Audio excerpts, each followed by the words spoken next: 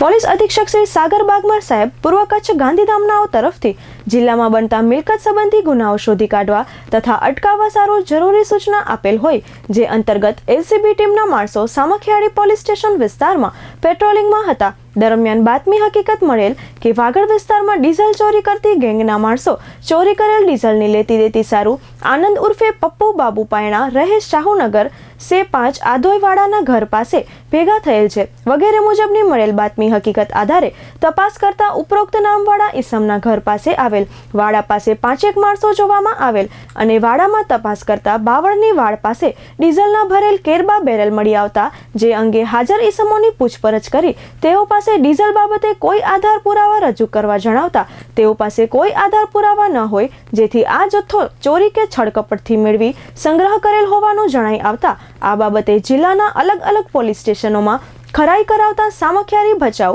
લાકડિયા તેમજ Rapar police station વિસ્તારમાં થયેલ ડીઝલ ચોરી અંગે ગુના નોંધાયેલ હોય, જેથી આરોપીઓએ પોતાના નાણાકીય ફાયદા સારું ગેરકાયદેસર રીતે સંગઠિત થઈ વારંવાર ડીઝલ ચોરીના ગુનાઓ આચરેલ હોય તેઓ વિરુદ્ધ કલમ 111 મુજબ સંગઠિત ગુનાની ભારે કલમનો ઉમેરો કરાવી કાર્યવાહી કરવામાં આવેલ છે.